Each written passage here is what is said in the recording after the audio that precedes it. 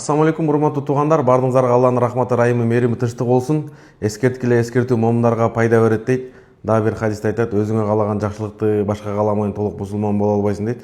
Албетте эртең арапа күнүн бардыгыбыз билебиз, орозонун чоң собу кандай экенин бардыгыбызда маалыматыбыз бар. Бирок ошондой болсо дагы өзүмө каалаган жакшылыкты сиздерге да каалап эскертүү катарында айтып кетейин дедим. Эртең беши бардыгыбыз орозо кармайык. Бул күнү Алланын улуу күнү. Албетте бардыгыбыз периште эмеспиз. Күнөөлөрүбүз көп, бирок Алланын рахматы, мээрими төгүлө турган күн. Аллах Таала күнөөлөрүбүздү кечире турган күн. Аллах Таала тоолорубузду кабыл кыла турган күн. Ушул күнү бардыгыбыз орозо кармайык, бири-бирибизге дуа кылайык, бири-бирибизге жакшы сөздөрдү арнайык. Катталуучулардын бардыгына ушул жакшылыкты каалап кетмекчимин. Анан дагы баягы бир сөз бар. Ben китептен окуп калдым. Эң банкрот адам ким десе, айтат, банкрот адам бул бизнесмен адам эмес. Бизнесмен банкрот болгон адам ал кайда бутунан туруп кетиши мүмкүн. Саясатта жыгылган адам кайда барып, кайда өзүнүн жумушуна туруп калышы мүмкүн. Чыныгы банкрот десе, бул ким десе, бул ахиреттик банкрот экен. Ушундай арафат күнү орозо кармаган, курбанчылыктарды кылган, жакшы иштерди кылган, жетимдин башын сылаган, туугандарына жакшы мамиле кылган, умрага барган, жакшы иштерди кылган, бирок адамдардын артынан постоянно гайбат айткан, көп ушак айткан. Кыргызда макал бар го, укпайт деп ушак айтпа, көрбөйт деп уруу кылба депчи.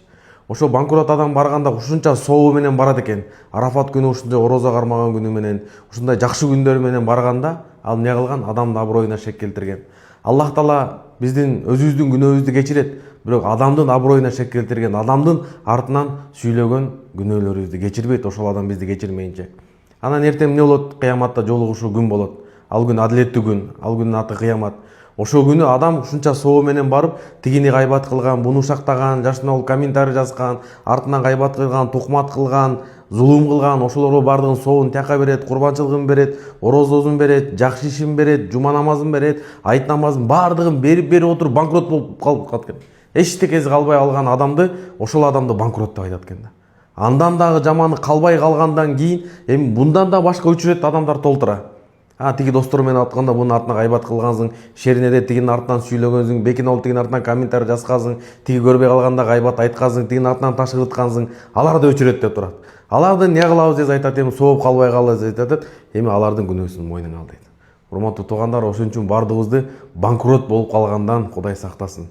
Тоо кылайык, орозо кармайык, Алланын рахматынан мээриминен үмүтүбүздү үзбөйүк, бири-бирибизге жакшы мамиле кылайык, жакшы мамиле кылбасак кажалат кылбайык, бири-бирибизге жакшы сөз сүйлөйүк. Пайгамбар айткан, сүйлөсөңөр жакшы сөз сүйлөгүлө, же унчукпагыла деген. Ушул нерсе да колубуздан келбесе, жок дегенде унчукпайык. Себеби көбү тозокко киргендердин кесепети тилинин кесепетинен болот деген. Аллах Таала арапа күнү ушу кармаган орозобузду кабыл кылсын. Жакшы күндөрдө, жакшы түндөрдө жолугушканга Аллах Таала насип этсин. Ассаламу алейкум.